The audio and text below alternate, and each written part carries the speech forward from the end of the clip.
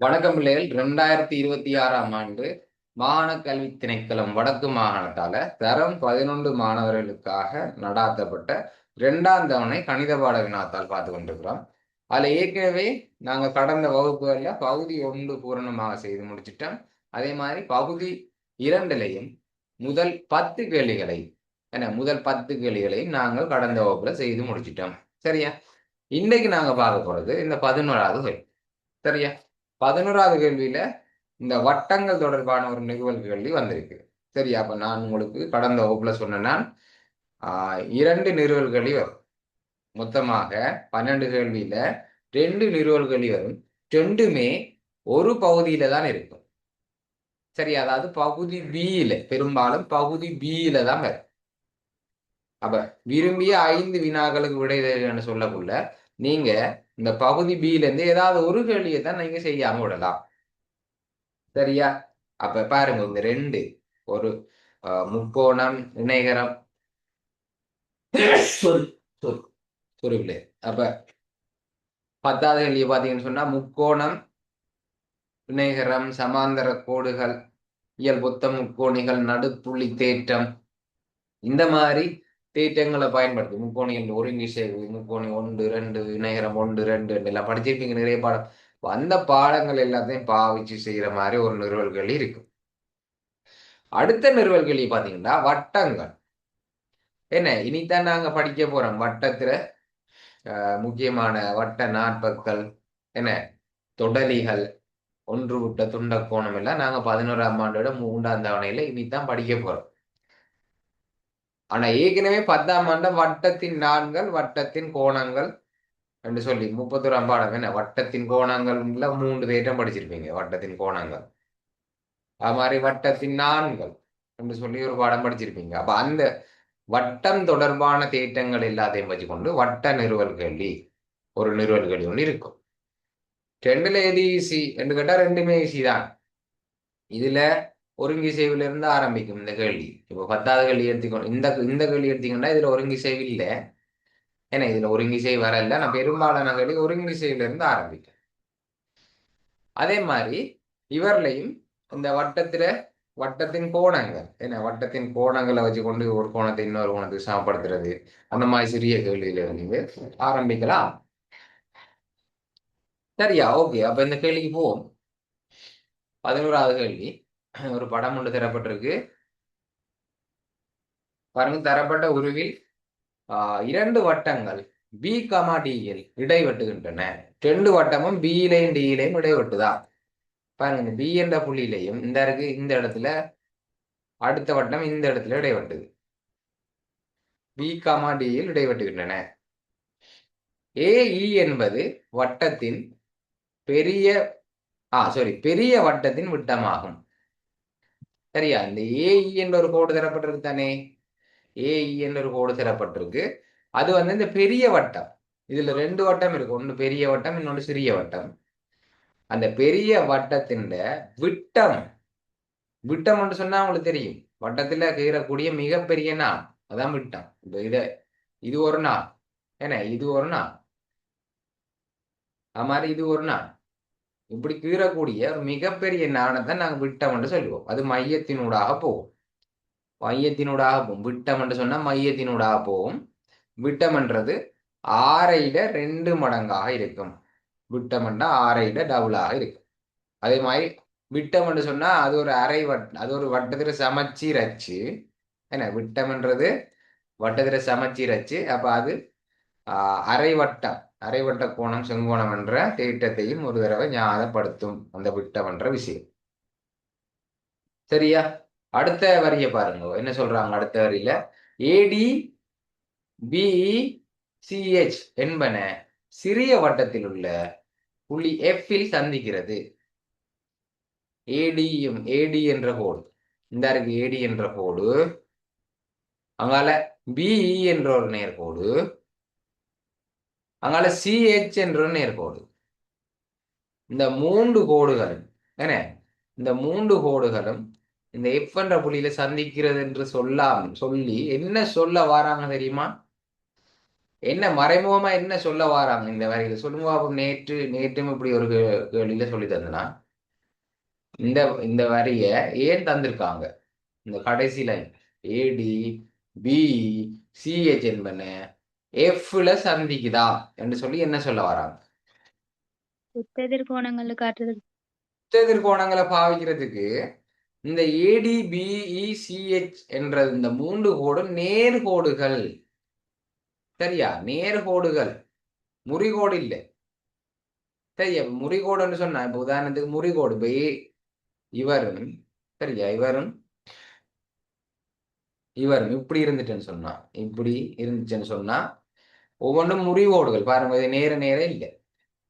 அப்ப எங்களுக்கு இந்த குத்தெதிர்கோணம் சமன்ன்றதை நாங்க பாவிக்கல. அதே குத்தெதிர்கோணம் சமன் பாவிக்கணும்டா ரெண்டு நேர்கோடுகள் ஒன்றை ஒன்று இடைவெற்ற ஒன்றை ஒன்று இடைவெற்ற ரெண்டு நேர்கோடுகள்ல இந்த எதிரெதிர்கோணங்களை நாங்க குத்தெதிர்கோணம்னு சொல்லுவோம். ஒன்று கொண்டு சமனாயிருக்கு. சரி, அப்ப அதை பாவிக்கணும்னு சொன்னா அவர் நேர்கோடுன்னு சொல்லி சொல்லப்பட்டிருக்கணும் தானே. அப்ப அதுக்குத்தான் அவங்க சொல்றாங்க இந்த மூன்று கோடும் எஃப்ல சந்திக்குதா. ஓகேவா? சரி, அடுத்து பாருங்க. அப்ப சரி, ஓகே. இனி முதலாவது எழுதி போவோம். ஓகேவா? இனி முதலாவது எழுதி போவோம். சரி, ஒரு நிமிஷம். இன்னொரு தடவை.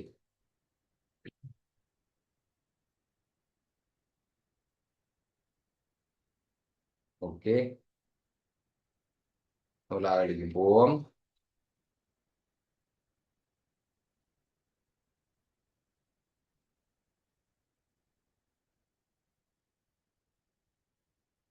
முதலாவது என்ன சொல்லப்பட்டிருக்கு? இஏடியும் HCEயும் சமன் என காட்டட்டாம். EAD HCE. Okay, EAD HCE சமன் என்று காட்டட்டாம்.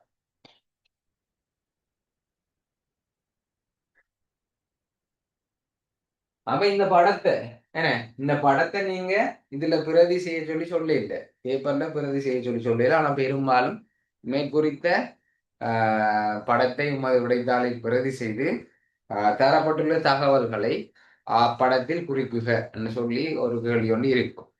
சரி, அப்ப இந்த கேள்வியில அப்படி இல்லை. அதனால இதற்கு உங்களுக்கு படத்துக்கு புள்ளிகள் வழங்கப்பட மாட்டாது. சரி, அப்ப வளமையான கேள்விகளே இருக்கு. வளமையான கேள்வியில இந்த படத்தை திரும்ப பிரதி செய்து அதுல தரப்பட்டுள்ள தரவுகள் என்ன தரப்பட்டுள்ள தரவுகளை இந்த படத்துல குறிக்கிறதுக்கு 2 அல்லது 1 புள்ளிகள் கிடைக்கும். சரியா? ஓகே, அப்ப நாங்க படத்தை கீறிட்டோம்.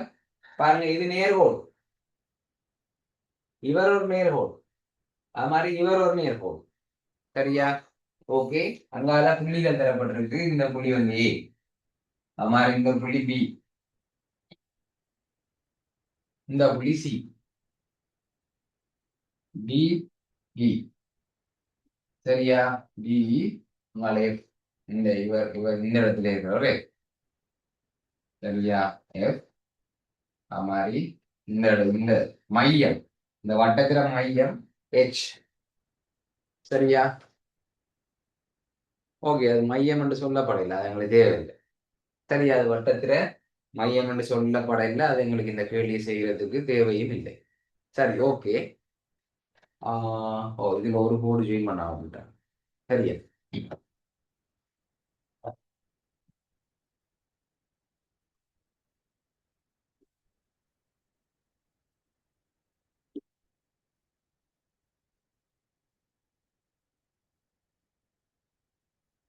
சரியா? ஓகே, அப்ப நாங்க படத்தை கீறிட்டோம். சரியாக. இப்ப முதலாவது கேள்வி எப்படி செய்ய போகிறோம்? முதலாவது கேள்வி எப்படி செய்கிறது? சரி, இந்த கேள்வி உங்களுக்கு வரப்போறது இல்லை. நான் எப்படி யோசிக்கிறேன்றதான் நீங்க இதுல என்னட்ட இருந்து கற்றுக்கொள்ளும்.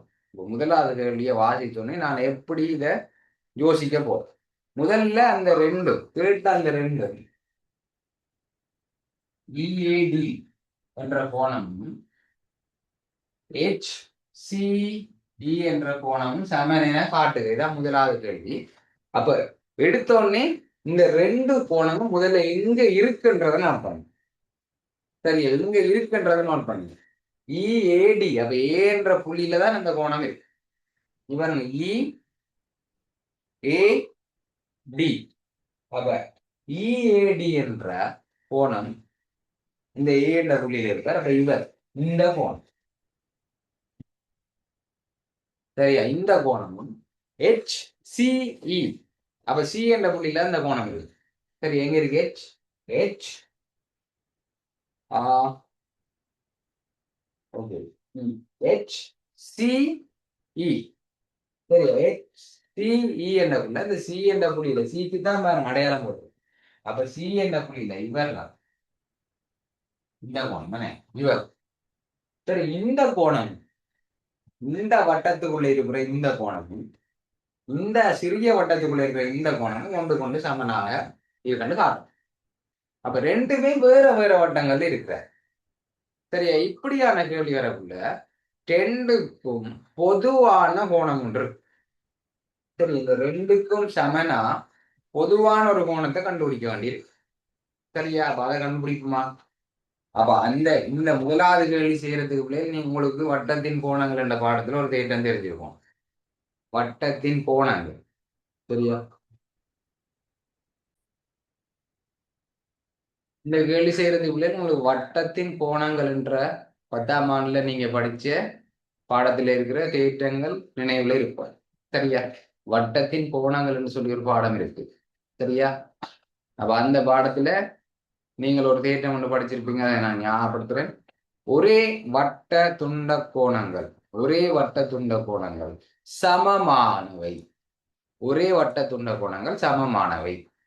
சரியா? அதாவது நீ பாருங்க, இந்த XY, நீ பாருங்க இந்த XY என்ற வில்ல பாருங்க, XY என்ற வில். சரி, இந்த XY என்ற வில், XY என்ற வில்லுன்னு சொல்லலாம், அல்லது ஒரு வட்ட துண்டம், ஒரு வட்ட துண்டம். அப்ப XY என்ற வில் வந்து எக்ஸ்ல தொடங்கி வையில முடியுது. சரி, எக்ஸ்ல தொடங்கி வையில முடியுது. அப்ப இந்த எக்ஸ்லயும் வையிலையும் நீங்க ஒரு ஒரு விரலை வச்சு கொடுங்க, ஒரு ஒரு விரலை. ஓகே, இதுல இருக்கக்கூடாது. சரியா? பள்ளிக்கூடத்துல இருக்கிற மாதிரி இருக்கக்கூடாது. சரியா? ஓகே, அடுத்த முறை அந்த செட்டிங் செய்து கொடுவோம், திருப்பியலாம் மாதிரி. சரியா? இங்க பாருங்க, எக்ஸ்லயும் வையிலையும் ஒரு ஒரு விரலை வச்சு கொள்ளணும். விரலை வச்சு அது எங்க போய் ஜாயிண்ட் ஆகுதுன்னு பார்ப்போம்.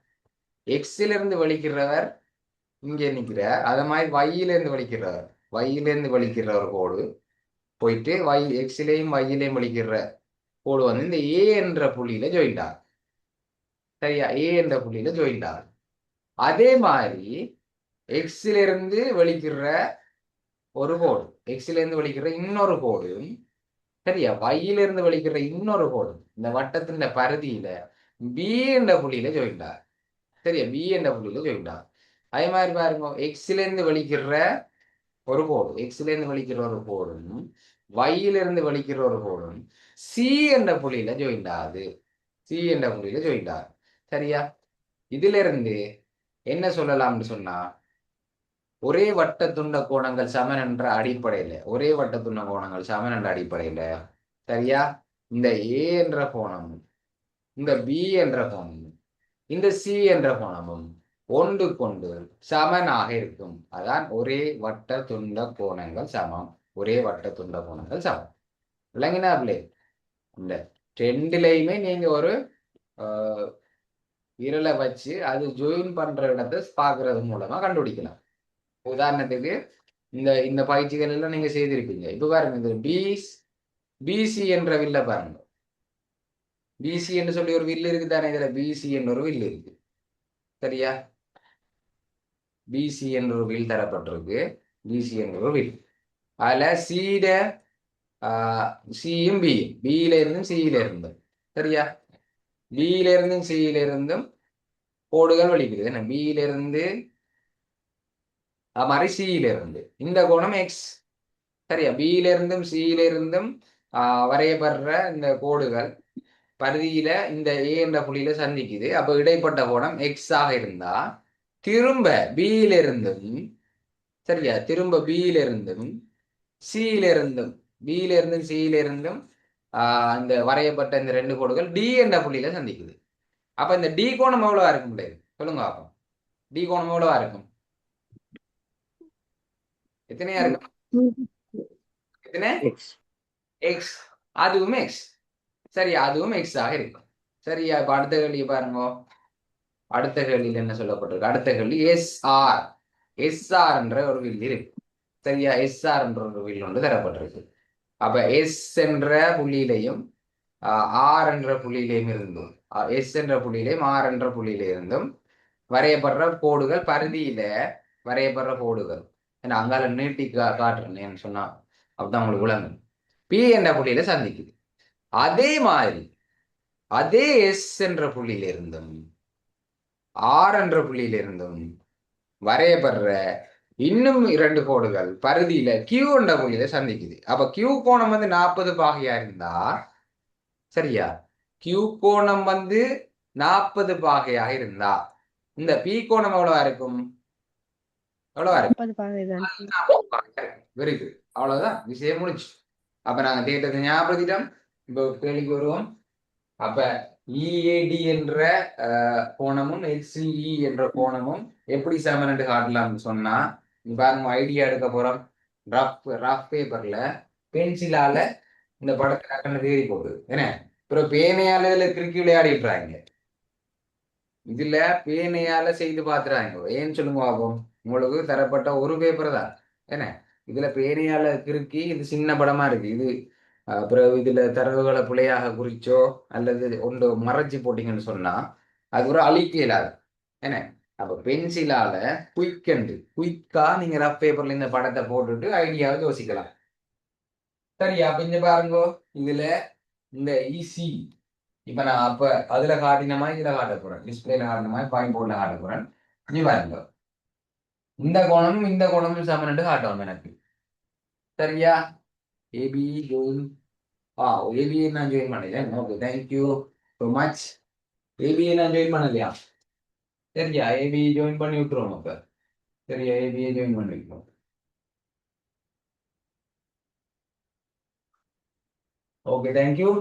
சரியா, பிள்ளையா செய்தா உடனே சொல்லுங்க. பிள்ளை ஏதாவது நான் மிஸ்டேக் சொன்னா நீங்க உடனடியா மெசேஜ்ல அல்லது மியூட் பண்ணி அன்மியூட் பண்ணி சொல்லலாம்.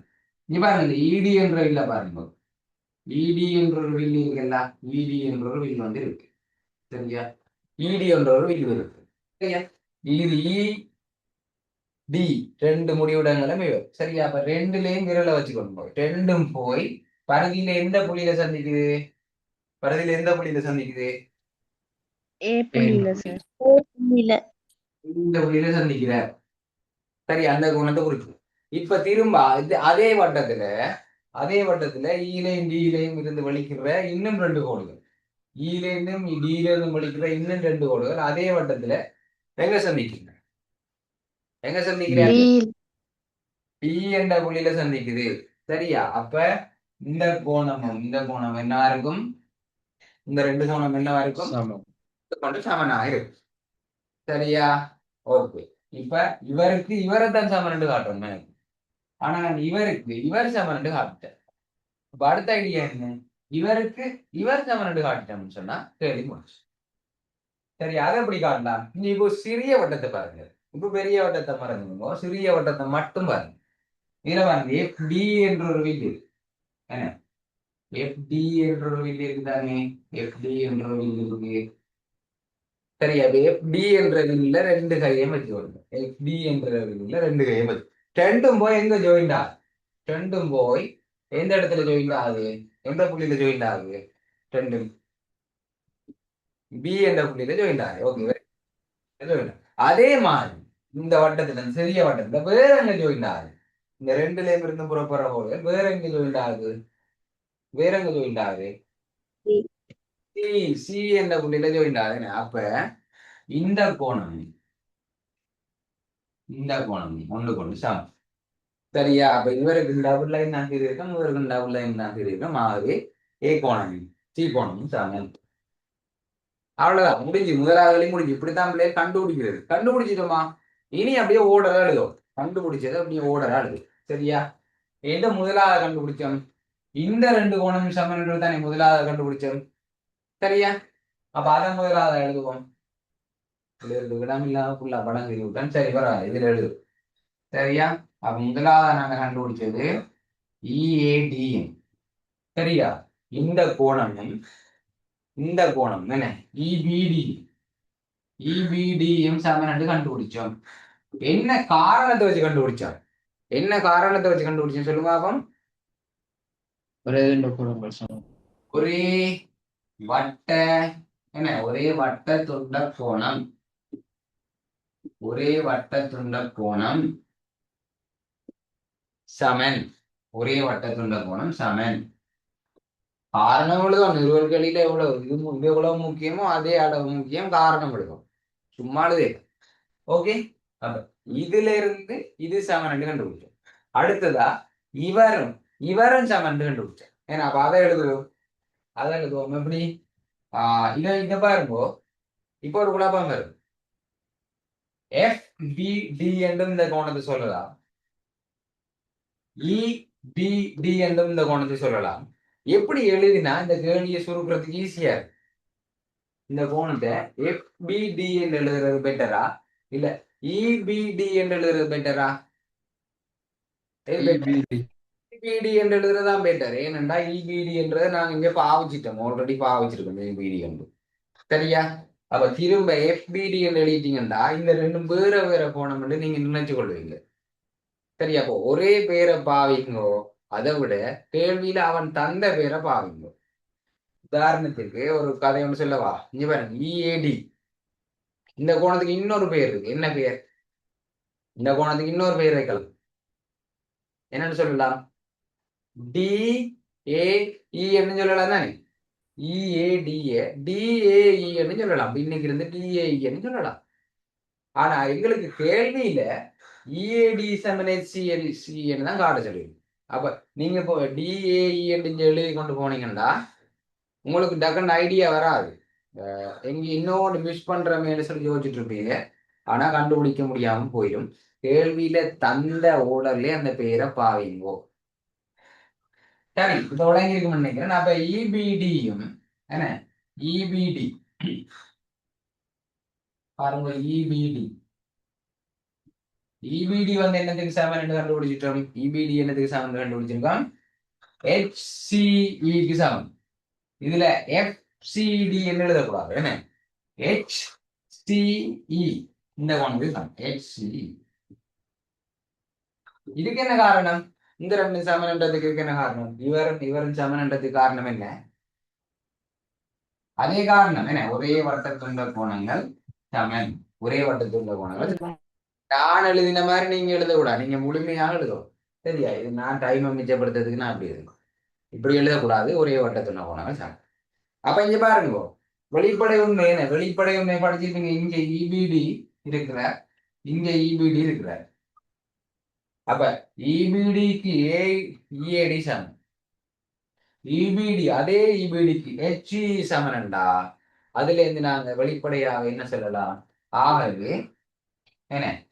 ஆகவே மூன்றாவது வரி வருதா? ஆகவே மூன்றாவது வரி என்ன? EAD சமன் HE முடிஞ்சது. அப்ப முதலாவது எழுதி இவ்வளவுதான். முதலாவது எழுதி கூட இவ்வளவு. ஓகேவா? முதலாவது எழுதி முடிச்சு. அதுக்கு எத்தனை புள்ளிகள் தரப்பட்டிருக்குன்னு சொன்னா ஒன்று, ரெண்டு, 3 புள்ளிகள் போட்டுக்கணும். 3 புள்ளிகள் போட்டுக்கணும். 3 புள்ளிகள். சரியா? 3 புள்ளிகள் போட்டுக்கணும். இது கொண்டு கடைசியா இந்த ரெண்டையும் எழுதி போட்டு அந்த மொழிக்கு வந்ததுக்கு 3வது புள்ளிகள். அப்ப 3 புள்ளிகளை போட்டுக்கணும். இப்ப 2வது எழுதி போ. சரியா? 2வது கேள்விக்கு போவோம். 2வது கேள்விய பாருங்க. EFD சமன் 90 DAB. சரியா? EFD சமன் எழுதி கொள்வோம். EFD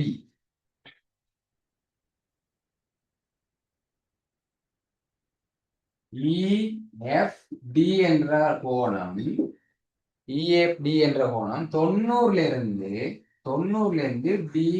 DAB கழிக்கிறதுக்கு சமனா? DAB கழிக்கிறதுக்கு சமனம். ஓகே, அப்ப கேள்விக்கு போறதுக்கு முன்னுக்கு இதுல எங்களுக்கு வட்டத்தின் கோணங்கள் என்ற பாடத்துல இன்னொரு தேட்டம் தெரிஞ்சிருக்கணும். அரை வட்ட கோணம் செங்கோணம் என்று சொல்லி பாடம் படிச்சீங்க ஞாபகம் இருக்கு? அரை வட்டத்தில் உள்ள கோணங்கள். அரை வட்ட கோணம் செங்கோணம். சரியா? அரைவட்ட கோணம் செங்கோணமா? சரி, அரைவட்டத்தால எதிரமைக்கப்படுற கோணம், ஒரு அரைவட்ட வில்லால எதிரமைக்கப்படுற கோணம் 90 பாகையாக இருக்கும். சரியா? இந்த கேள்வியை பாருங்க. அரைவட்டம் இது வந்து மையம் ஓ என்று சொல்லப்பட்டிருக்கு. சரியா, மையம் ஓ என்று சொல்லப்பட்டிருந்தாலே போதும். இவர் விட்டம் என்று எங்களுக்கு சொல்லப்பட தேவையில்லை. சரியா, இந்த ஏபி என்றது விட்டம் என்றது இந்த கேள்வியில சொல்லப்படையில. ஏபி என்றது விட்டம் என்று சொல்லப்படையில. அதுக்கு பதிலாக என்ன, அதுக்கு பதிலாக மையமோடு சொல்லப்பட்டிருக்கு. அப்ப மையத்தினூடாக போறது விட்டம் தானே, அந்த அறிவுங்களுக்கு இருக்கு தானே. என்ன, இதெல்லாம் விட்டம். இந்த பிக்யூன்றது விட்டம், இந்த ஏசி என்றது விட்டம். ஏன், எல்லாமே மையம் ஓ என்ற புள்ளியினூடாக போற கோடுகள், ஆகவே விட்டங்கள். அப்ப அரை வட்ட கோணம் செங்கோணம் என்று சொன்னா என்ன அர்த்தம்னு சொன்னா, இந்த விட்டத்தினால எதிரமைக்கப்படுற கோணங்கள். இவ்வாறு இந்த ஏ என்ற புள்ளியிலிருந்த கோடு சி என்ற புள்ளியில சந்திக்குது. அது மாதிரி பி என்ற புள்ளியில இருந்து வெளிக்கிற கோடு, இந்த ரெண்டும் சி என்ற புள்ளியில சந்திக்குது. அப்ப இந்த அரை வட்டத்தால, சரியா, அரை வட்டத்தால பரிதியில எதிரமைக்கப்பட்ட கோணம், இந்த கோணம் என்னவா இருக்கும்? செங்கோணமாக இருக்கும், 90 பாகையாக இருக்கும். சரியா, அப்ப உங்களுக்கு தெரியும் ஒரு 90, இது 30, 90 30 120. அப்ப மிச்சமா இருக்கிற இந்த எக்ஸ் எவ்வளவா இருக்கும்? எவ்வளவா இருக்கும்? 60 பாகை சார். 60 பாகையா இருக்கும். அரை வட்ட கோணம் செங்கோணம்ன்றதை பாவிச்சு செய்யலாம். ஆமாய் பாருங்க பிள்ளைங்க, இந்த புள்ளி, இந்த பி என்ற புள்ளியில இருந்து விரல் எடுத்துட்டு வாங்க. விரலால அப்படியே பாருங்க எங்க போகுது எங்க போகுதுன்னு பாருங்க. விரலால எங்க போகுது. அது மாதிரி இந்த கியூ என்ற புள்ளியில ஒரு விரலை வச்சுக்கொண்டு அவர் எங்க போய் சந்திக்கிறார்? ரெண்டும் சந்திக்கிற புள்ளியில செங்கோணத்தை உருவாக்கும். அரைவட்ட கோணம் ரெண்டுமே சந்திக்கிற இந்த புள்ளி ஏன்னா அரைவட்ட கோணம் செங்கோணத்தை உருவாக்கும். அப்ப இது 90 பாகை. சரியா, அதே மாதிரி இந்த அந்த ஏ என்ற புள்ளியிலிருந்து வெளிக்கிற கோடும் சி என்ற புள்ளியிலிருந்து வெளிக்கிற கோடும் பரிதியில பி என்ற புள்ளியில சந்திக்குது. சரியா, ஆகவே இந்த ஏபிசி, ஆகவே இந்த ஏபிசி என்ற இந்த கோணம் 90 பாகையா இருக்கு. ஓகேவா, அவ்வளவுதான், தேட்டம் முடிச்சு. சரியா, அவ்வளவுதான் தேட்டம். சரி, ஓகே. சரியா பிள்ளைகள், அப்ப அதை வச்சுதான் நாங்க இந்த கேள்வி செய்ய போறோம். இஎஃப்டி முதல்ல எங்க இருக்கிறான்னு கண்டுபிடிப்போம். சரியா, ஓகே. இதெல்லாம் நான் உங்களுக்கு குழப்பமா இருக்குன்றதுக்காண்டி நான் இதெல்லாம் ரிமூவ் பண்றேன்னா, உங்களுக்கு குழப்பமா இருக்கக்கூடாதுன்றதுக்காண்டி இந்த கேள்விக்கு தேவையானதை மட்டும் குறிச்சுக்கோங்க. இது தான் குழந்தை. சரியா, ஓகே.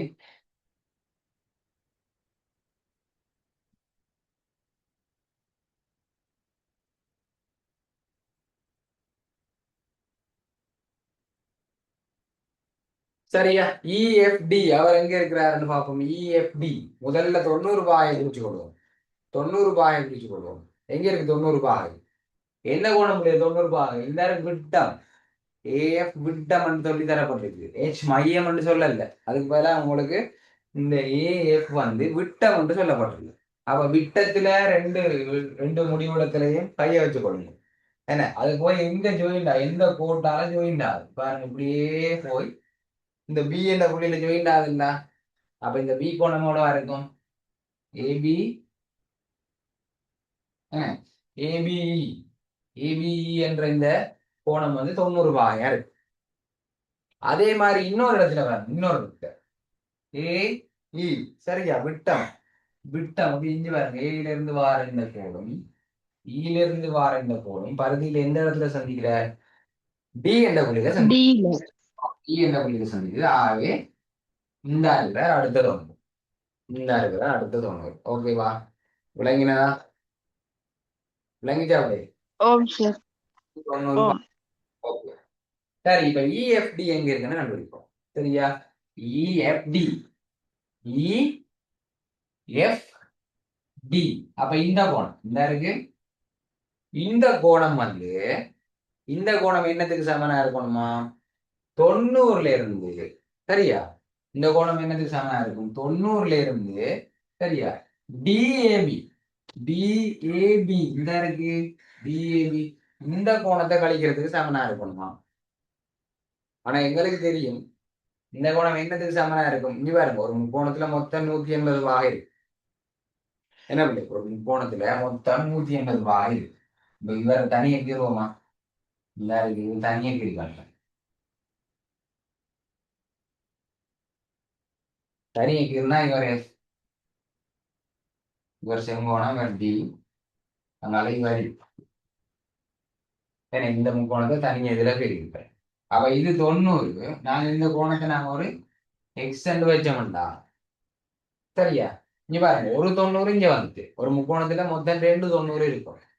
பகக்கோண கூட்டுத்தொகை 180 பாய். 3 கோணத்தையும் கூட்டினா 180 வரும். அல்லது வேற விதமா சொல்லணும்னா 3 கோணத்தையும் கூட்டினா 2 90, 2 செங்கோணங்கள் இருக்கும். 2 செங்கோணம்னா 2 90 பாகை இருக்கு. ஒரு 90 பாகைண்டா அவ மிச்ச 90 பாகை எங்க இருக்கும்? மிச்ச 90 பாகை இந்த ரெண்டும் 90 பாகையாக இருக்கும். அப்பதான் 180 வரும். சரியா? ஓகே கவனிங்க. Okay, no problem. சரியா? அப்ப இது எக்ஸ்ன்னு சொன்னா, சரியா இங்க பாருங்க, இது எக்ஸ்ன்றது போல நான் ஒரு 20 இது 20 மிச்ச கோணத்தை காணக்கூடிய மெதட் என்ன? மிச்ச கோணம் எவ்வளவு? 90ஐயும் 20ஐயும் கூட்டி போட்டு 180ல கழிச்சு விட்டா சரி. சரி, சரியா? அப்ப இன்னொரு வழியில சொல்லுங்க. இது 90, 1 90 மிச்சம் 90 தானே. இந்த ரெண்டையும் கூட்டினா 90 வரும் தானே. அப்ப அதை வச்சு சொல்லுங்க. அப்ப மெதட் என்ன? இதை கண்டுபிடிக்கிறதுக்குரிய மெதட் என்ன? எவ்வளவு? இது எப்படி கண்டுபிடிக்கலாம்? ஒரு 90ல இருந்து 20 கழிச்சு சார். 90ல இருந்து 20 கழிப்போம். என்ன, ஒரு 90 இந்தா வந்துட்டு, அப்ப இன்னொரு 90 இங்க இருக்கு. சரி, அப்ப அதுல 20 இவர்ண்டா இவர் 70 இருக்கு. அப்ப அதை எப்படி கண்டுபிடிச்சோம்? 90ல இருந்து 20 கழிச்சோம். சரியா? அதே மாதிரி இவர் எக்ஸ்ன்னு சொன்னா இவர் எவ்வளவா இருப்பார்? இவர் எக்ஸ் எவ்வளவு? எக்ஸ்ன்னு சொன்னா இவர் எவ்வளவா இருப்பார்? 90ல இருந்து எக்ஸ கழிக்கிறவராக இருப்பார். சரியா? 90ல இருந்து எக்ஸ கழிக்கிறவராக இருப்பார். சரியா? ஒரு செங்கோண முக்கோணத்துல, சரியா, ஒன்று 90 பாகையா இருக்கும். இன்னொருவர் எக்ஸ் எடுத்தோம்னா அடுத்தவர் 90 எக்ஸ் ஆக இருப்பார்.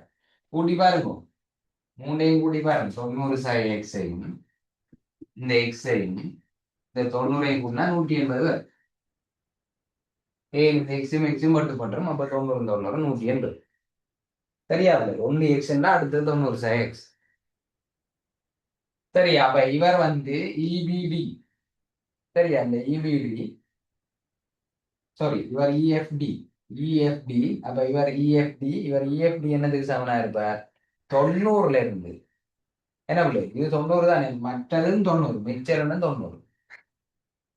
இந்த படத்தை பாருங்க, இந்த படத்தை தான் இதுல கீழே இருக்கும். 1 90 மிச்சமா இருக்கிற இந்த 2 கோணங்களும் 90 இருக்கு. சரியா? அப்ப இஎஃப்டியை காணா என்ன செய்யணும்? இஎஃப்டி, இவர் இஎஃப்டி சொன்னா இது வந்து 90 இஎஃப்டியா இருப்பார். சரி, இந்த கோணம் என்னவா இருக்கும்? 90 இது எக்ஸ்டெண்டா இது 90 எக்ஸ் மாதிரி.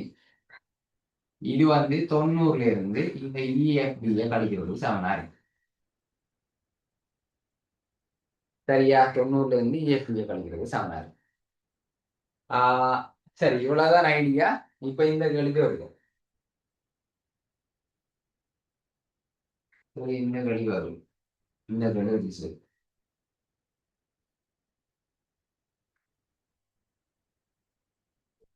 சரியாகலே. அப்ப பாருங்க, இஎஃப்டி என்ற கோணம் இங்க இருக்கு, இஎஃப்டி என்ற கோணம் இங்க இருக்கு. அது மாதிரி டிஏபி என்ற கோணம் இந்த தொங்கல இருக்கு. டிஏபி என்ற கோணம் இந்த தொங்கல இருக்கு. அப்ப ரெண்டையும் தொடர்படுத்த போறோம். சரி, ரெண்டையும் தொடர்படுத்துறதுக்கு முதல்ல இந்த முக்கோணத்துல இஎஃப்டியை காணும். சரி, இந்த முக்கோணத்துல இஎஃப்டியை காணும். இப்படியாவது இஎஃப்டியை நாங்க வெளியில கொண்டு வரோம். சரியா? அப்ப இந்த வடிவாளம் எந்த முக்கோணத்துல நாங்க ஆகக்கோண கூட்டுத்தொகையை பாவிக்க போறோமோ அந்த முக்கோணத்துல பேர் எழுதுவோம் முதல்ல. முக்கோணி ஏஎஃப்டியில், முக்கோணி ஏஎஃப்டியில் ரெண்டு போட்டுட்டு எழுதுனீங்கன்னு சொன்னா இன்னும் உங்களோட விடை அழகா இருக்கு. சரியா? திருத்துறவருக்கு உங்களோட விடை வடிவா இவ்வளவு முக்கோணத்துல ஒன்றுமே எழுதாம நீங்க போடுறதுக்கும் இப்படி பேர் எழுதி விடை எழுதுறதுக்கும் வித்தியாசம் இருக்கு. அப்ப இஎஃப்டியில சொன்னா திருத்துறவர் பாப்பாரா இந்த முக்கோணத்துலதான் என்னமோ கதைக்க போறாங்க அடுத்த வரியில. அப்ப முக்கோண இஎஃப்டியில எந்த இருக்கு? இஎஃப்டி என்ற இந்த குட்டி முக்கோணத்துக்குள்ள அகக்கோண கூட்டுத்தொகை போட போறோம். என்னென்ன அகக்கோணங்கள் இருக்கு? ஒன்று 90 பாகை 90 சாக இந்த கோணத்துக்கு பேர் எப்படி வைக்கலாம்? இஎஃப்டி என்று வைக்கலாம். ரெண்டா கீழில் அப்படிதான் இருக்கு. அப்ப இஎஃப்டி சாக இந்த கோணத்துக்கு இந்த கோணம் என்ன? எஃப் இடி. என்ன? எஃப் இடி. மூண்டையும் கூட்டினா எவ்வளவு வரும்? இந்த முக்கோணத்துல 3 கோணத்தையும் கூட்டினா எவ்வளவு வரும்? 180 180 சார். பாகை காரணம் போடுவீங்க. முக்கோணின் அகக்கோண கூட்டுத்தொகை 180 பாகம். சரியா? முக்கோணியின் அகக்கோண கூட்டுத்தொகை 180 பாகன்னு காரணம் போடுவோம். சரியா? எனக்கு இஎஃப்டிக்கு தான் ஒரு தொடர்பு எடுக்கும். இஎஃப்டி அதான் கேள்வியில கேட்டிருக்கு. அப்ப இஎஃப்டியை மட்டும் வச்சுக்கொண்டு மிச்ச 2 பேரையும் அங்கால கொண்டு போவோம். சரியா? மிச்ச 2 பேரையும் அங்கால கொண்டு போவோம். அப்ப இஎஃப்டியை மட்டும் வச்சுக்கொண்டு மிச்ச 2 பேரையும் அங்கால கொண்டு போவோம். ஏற்கனவே அங்கால 180 இருக்கு. இந்த 90 இங்க கூட்டுப்படுது தானே, பிளஸ் 90. அப்ப மற்ற பக்கம் போனா என்ன செய்யும்? சமன்பாடு கழிப்படும். சரியா? அதே மாதிரி இந்த எஃப்இடியும் இந்த பக்கம் கூட்டுப்படுது தானே, இஎஃப்டியோட கூட்டுப்படுதுல்ல. அப்ப இந்த எஃப்இடி என்ற கோணம் அங்கால போனா என்ன செய்யும்? எஃப்இடி என்ற கழிப்படும். எஃப்இடி என்ற கோணமும் கழிப்படும். எஃப்இடி என்ற கோணமும் கழிப்படும். அப்ப 180 இருந்து 90 போனா எத்தனை? 180 90. 180 90 போனா 90. அங்கால மைனஸ் எஃப்இடி சரியா? இஎஃப்டி சமன் 90 சாய எஃப்இடி என்று எடுத்துட்டேன். 90 சாய எஃப்இடி என்று எடுத்துட்டோம். ஆனா எனக்கு என்னன்னு வரணும்? இஎஃப்டி சமன் 90 சாய டிஏபி என்று வரும். அப்ப பாதி வந்துட்டு இஎஃப்டி வந்துட்டு 90 வந்துட்டு இந்த எஃப்இடி வந்த இடத்துல டிஏபி வரும். அப்ப இதுல இருந்தே உங்களுக்கு ரெண்டும் சமனாக இருந்தா இவருக்கு பதிலாக அவர் எழுதலாம். அப்ப ரெண்டும் சமனா இருக்குன்னு சொல்லி எப்படி கண்டுபிடிக்கிறது? சமன் தானா? எஃப்இடி என்றது இந்த கோணம், எஃப்இடி என்றது இந்த கோணம், எஃப்இடி என்றது இந்த கோணம். சரியா? இந்த கோணத்தை உருவாக்குற வில் யாருன்னு வா. இந்த கோணத்தை உருவாக்குற வில் யாரு? இங்க பாருங்க. இந்த கோணத்தை உருவாக்குற வில் எப்படி கண்டுபிடிக்கிறது? இதுல 2 விரலையும் உண்டா அந்த புள்ளியில வச்சுட்டு எங்க பிரிஞ்சு போட்ட எப்படி போறாரு? இப்படியே போய் இந்த இந்த 2 இடத்துல தான் ஸ்டார்ட் ஆயிருக்கு. சரியா? அந்த பிடி என்ற வில் தான் இந்த கோணத்தை உருவாக்கிருக்கு. அது விளங்குதான்? இந்த பிடி என்ற வில் தான் சரி. அந்த பிடி என்ற வில் சரியா? ரெண்டும் வந்து என்ற புள்ளியில சந்திக்குது. அதே மாதிரி இந்த பிடி என்ற வில் வேற எங்க சந்திக்குது? வேற எந்த புள்ளியில சந்திக்குது? எங்க சந்திக்குது புள்ளி? டீலையும் கையை வச்சு கொடுங்க. டீலையும் வெளிக்கிற ஓடு, பியில இருந்து வெளிக்கிற ஓடு இந்த இருக்கு, இந்த இருக்கு. அது மாதிரி டியில இருந்து வெளிக்கிற ஓடு இந்த இருக்கு. இந்த புள்ளியில சந்திக்குது இல்ல? அதே வில். அப்ப ஒரே வட்ட துண்ட கோணங்கள் சமன் என்று படிச்சுனாங்களா எல்லாம்? அப்ப அதுல இருந்து நாங்க என்ன சொல்லலாம்? இந்த கோணமும் கொண்டு கொண்டு சமம். சரி, அப்ப அதை அடுத்த லைன்ல எழுதுவோம். அடுத்த லைன்ல என்ன எழுதுவோம்? இப்ப என்ன கண்டுபிடிச்சாங்க? எஃப் இடி என்ற கோணம். எஃப் இ என்ற கோணம் சரியா? இவருக்கு இந்த பெயரை பாதிக்குமா? கேள்வியில இந்த பெயரை பாதிக்கும். இந்த கோணத்துக்கு டிஏபி என்ற கோணம், டிஏபி என்ற கோணம் ஒன்று கொண்டு சமனாகும். எதை வச்சு கண்டுபிடிச்சோம்? இவரும் ஒரு சமன் எதை வச்சு கண்டுபிடிச்சோம்? என்ன தேதியத்தை வச்சு கண்டுபிடிச்சோம்? ஒரே வட்டத்துண்ட கோணம் சமன். ஒரே வட்டத்துண்ட கோணம் சமன். ஓகேவா? சரியா? அப்ப எஃப்இடிக்கு பதிலாக என்ன எழுதலாம்? இந்த சமன்பாடுல எஃப்இடிக்கு பதிலாக என்ன எழுதலாம்? எஃப்இடி டிஏபி சமன் தானே. அப்ப எஃப்இடிக்கு பதிலாக என்ன எழுதலாம்? டிஏபி என்று எழுதலாம். ஆகவே என்ன பண்ணி? சரியா? ஆகவே இஎஃப்டி சமன் 90 சாய எஃப்இடிக்கு பதிலாக நாங்க இவரை பார்க்கிறோம், டிஏபியை பார்க்கிறோம். ஆகவே உங்களுடைய எஃப்இடி சமன் டிஏபி. அவ்வளவுதான், முடிச்சு. விளங்கினாத அந்த கேள்வி? விளங்கிச்சுதா?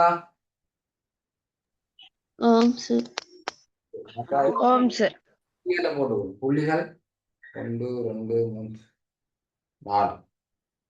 சரி, இதுக்கு 4 புள்ளிகள் இல்லை. 4 புள்ளிகள். முதல்ல ஏஇடி இதுல ஒரு வரி எழுதான் நல்லா இதை பார்த்து இங்க பாருங்க. இது 90 பாகை என்று சொல்லி கேள்வியில தந்திருக்கோம். இது 90 பாகை கேள்வியில தந்திருக்கோம். தரலே இல்ல நம்மள கண்டுபிடிச்சோம். நம்ம அது கட்டாயம் விடையில இருக்கும். ஏன்னா அதுல மார்க்ஸ் இருக்கும். அதை கண்டுபிடிச்சதுக்குரிய மார்க்ஸ் இருக்கு. இந்த ADE என்றது 90 பாகைன்றது நம்ம கண்டுபிடிச்சோம். அப்ப அதை முதல்ல எழுதியிருக்கோம். ADE ADE 90 பாகை. காரணம் என்ன? எந்த தேற்றத்தை வச்சு அதை 90 பாகை என்று கண்டுபிடிச்சோம்? எந்த தேற்றத்தை வச்சு கண்டுபிடிச்சினாங்க? அரைவட்ட கோணம் செங்கோணம். அரைவட்ட கோணம். அரைவட்ட கோணம் செங்கோணம். அரைவட்ட கோணம் செங்கோணம் ஆகும். அரைவட்ட கோணம் செங்கோணம் ஆகும். சரியா? அதாலதான் 90. ஆகவே அதாலதான் இந்த 90 கண்டுபிடிச்சோம். இப்ப நம்மளா கண்டுபிடிக்கிறத கட்டாயம் எழுதணும். ஏனென்றா அதுல ஸ்கீம்ல விட போட்டிருப்பாங்க, மார்க்ஸ் போட்டிருப்பாங்க. இந்த வரிக்கு ஒரு மார்க்ஸ் கொடுக்கணும். சரியா? அப்ப இந்த வரி எழுதாம விட்டுருந்தா அந்த ஒரு மார்க்ஸ் இல்லை. சரியா எல்லாம் சரியா செஞ்சு இந்த வரி இல்லைன்னா 10க்கு 9 தான். ஏன்னா நம்ம கண்டுபிடிக்கிறத கட்டாயம் எழுதணும். அது எப்படி கண்டுபிடிச்சோம்ன்றதையும் கட்டாயம் எழுதணும். நிறுவப்பட்டு ஓகேவா? அப்ப AED 90 பாகைன்னு கண்டுபிடிச்சதுக்கு என்ன காரணத்தோட கண்டுபிடிச்சதுக்கு ஒரு மார்க்ஸை போட்டுக்கொள்ளுங்க. அதுக்கு பிறகு நாங்க இப்படி ஒரு தொடர்படுத்தம் இல்ல. EFD 90 இருந்து FED கழிக்கிற தொடர்படுத்தம் அதுக்கு ஒரு மார்க்ஸ். அதே மாதிரி இந்த ரெண்டும் சமநண்டு எடுக்கிறது ஒரு மார்க்ஸ். இந்த ரெண்டும் சமநண்டு ஒரே வட்டத்துண்ட கோணங்கள் சமன் அடிப்படையில இந்த ரெண்டு கோணமும் சமநண்டு எழுதியிருந்தா ஒரு மார்க்.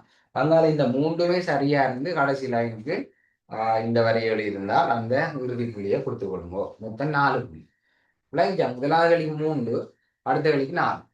சரி, அப்போ 7 மார்க்ஸ் எடுத்துட்டான். வெற்றிகரமா 7 மார்க்ஸ் எடுத்துட்டான். அப்ப மிச்சமா இருக்கிற அந்த ஒரு மார்க்ஸ், சாரி மிச்சமா இருக்கிற அந்த 3 மார்க் எப்படி இருக்குன்னு பார்ப்போம். விலங்காடிகள் விலங்காடிகள்.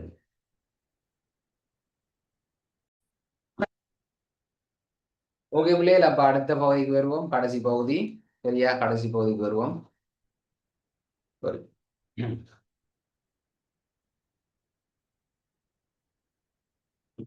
மூன்றாவது பகுதி, ரோமன் இலக்கம் 3.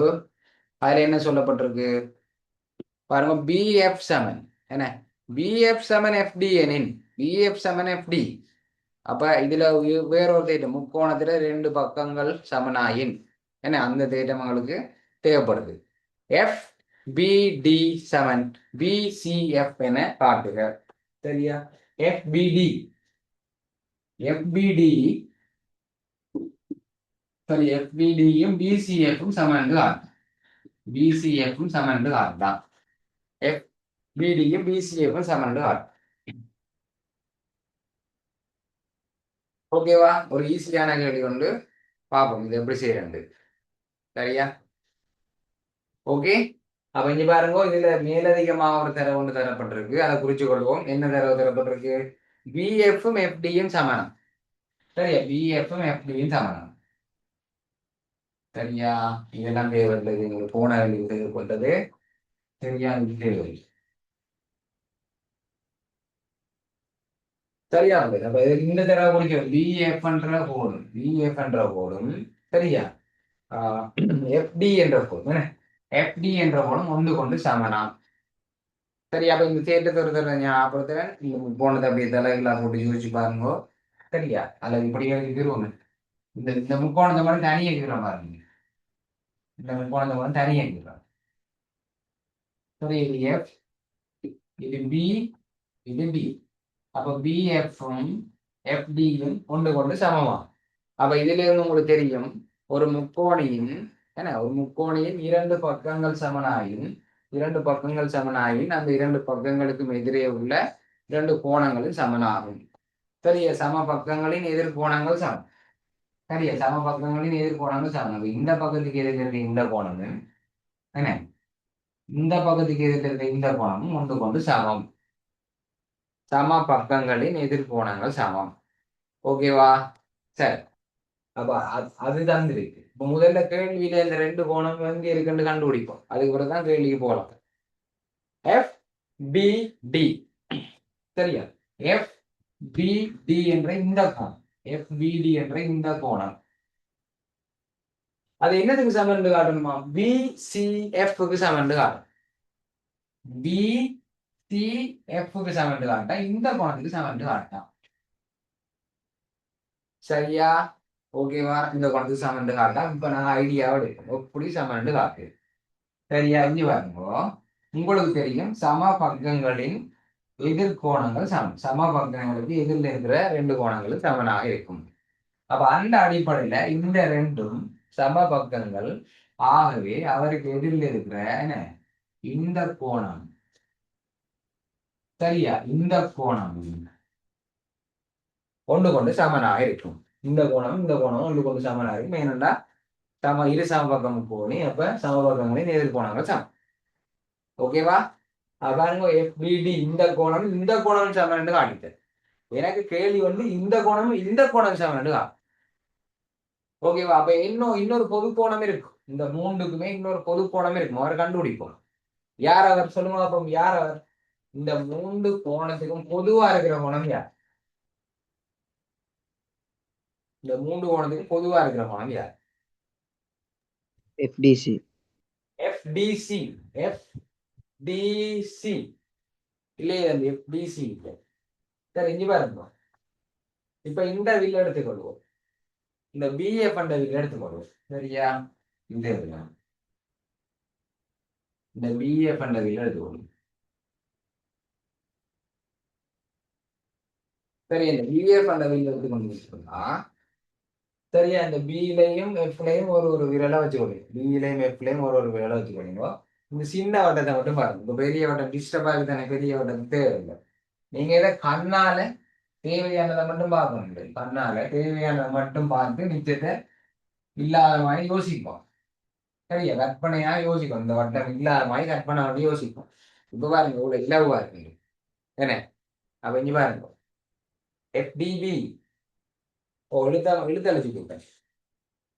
என்ன எழுது? F என்ன? FDB. இவர் என்ன எழுத்து? கீழே இருக்கிற D. Very good. FDB தான். FDB ரெண்டுக்கும் பொதுவா இருக்கிறவன் FDB. சரியா? நீ பாருங்க, இந்த FB என்ற வில் வந்து ரெண்டு முடிவுடங்கள்ல இருந்து வலிக்கிற கோணம் பாருங்க. இந்த கோடும் Fல இருந்து வலிக்கிற இந்த கோடும், Bல இருந்து வலிக்கிற இந்த கோடும் இந்த கோணத்துல சந்திக்கும். அதே மாதிரி Fல இருந்து வலிக்கிற கோடும், Bல இருந்து வலிக்கிற கோடும் சரியா பாருங்க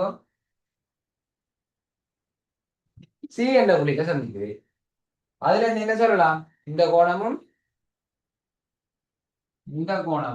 ஒன்று கொண்டு சமம். விளைஞ்சுதா? பாருங்க, இந்த வில் சரியா?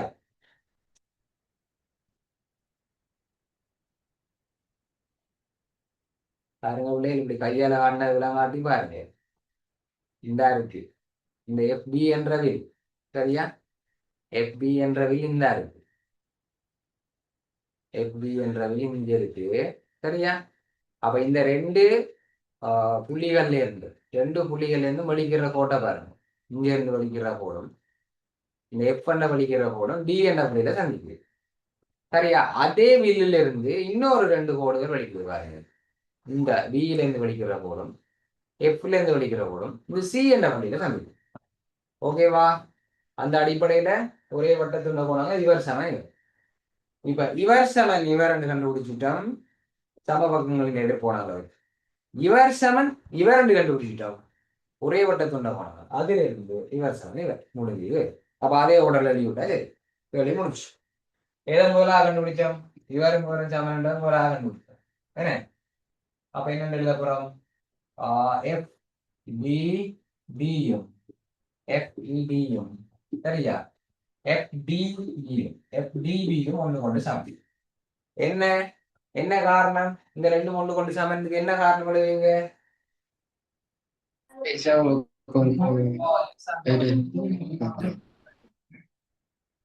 முக்கோணியில் சமபக்கங்களின் எதிர்கோணங்கள் சமம். சமபக்கங்களின் எதிர்கோணங்கள் சமம். இரு சமபக்க முக்கோணி அல்லது FDB இரு சமபக்க முக்கோணி அல்லது தெளிவா இன்னும் பெருசா எழுதுறீங்கன்னா ஒரு முக்கோணத்தின் இரண்டு பக்கங்கள் சமனாய் நான் இரண்டு பக்கங்களுக்கு எதிரே உள்ள இரண்டு கோணங்கள் சமம். என்ன? ஓகே, அவ்வளவு பெருசா எல்லாம் எழுதுறது. சம பக்கங்களின் எதிர்கோணங்கள் சமன். ஆகவே FBD-யும் FDB-யும் சமம். இனி இவரும் இவரும் சமன் என்று எடுத்திருக்கோம். அப்ப எஃப் டி பியும் சரியா பிசிஎஃப்பும் சமம். இந்த கோணமும் இந்த கோணமும் சமம். அது என்ன அடிப்படையில என்ன காரணம்? என்ன காரணம்?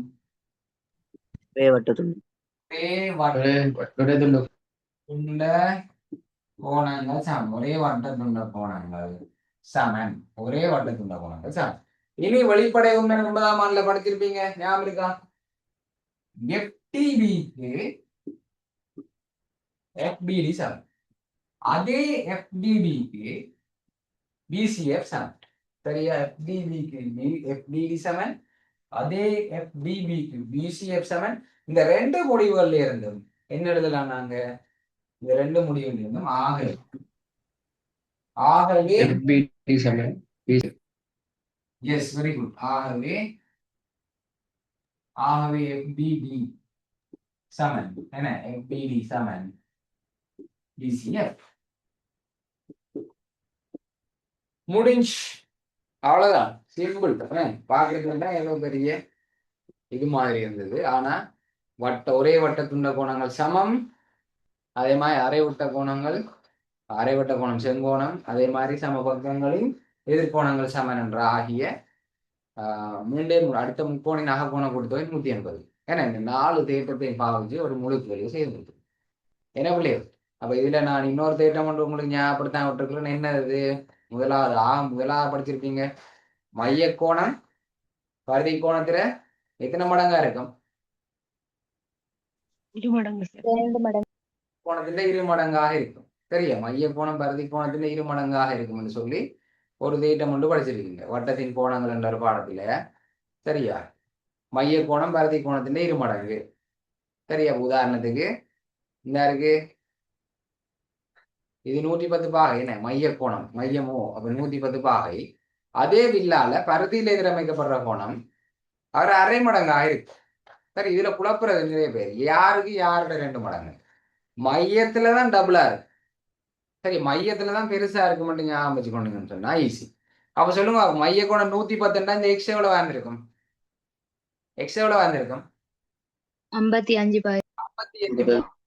55 பாகையா இருந்திருக்கு. இப்ப இதுல பருதி கோணம் தந்திருக்கு பாருங்க.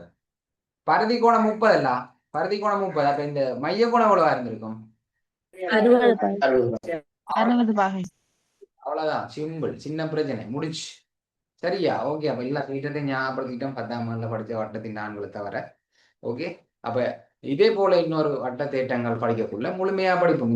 இந்த தேட்ட கேள்வியிலையும் உங்களால ஃபுல் மார்க்ஸ் எடுக்கக்கூடிய மாதிரி இருக்கும். அப்ப இந்த கேள்விக்கு 3 மார்க்ஸ் போட்டுக்கொள்ளுங்க. இந்த கேள்விக்கு 3 மார்க்ஸ். எப்படி 3 தடவை கண்டுபிடிச்சேன்னா, இது சமன், இது சமன், இது ஃபைனல் விடை எல்லாம் சரியா இருந்தா 3 மார்க்ஸ். 10க்கு எத்தனை போட்டுக்கொள்ளுங்க. சரியா? இந்த கேள்வி தொடர்பான சந்தேகம் இருந்தா நீங்க தாராளமாக கேட்கலாம்.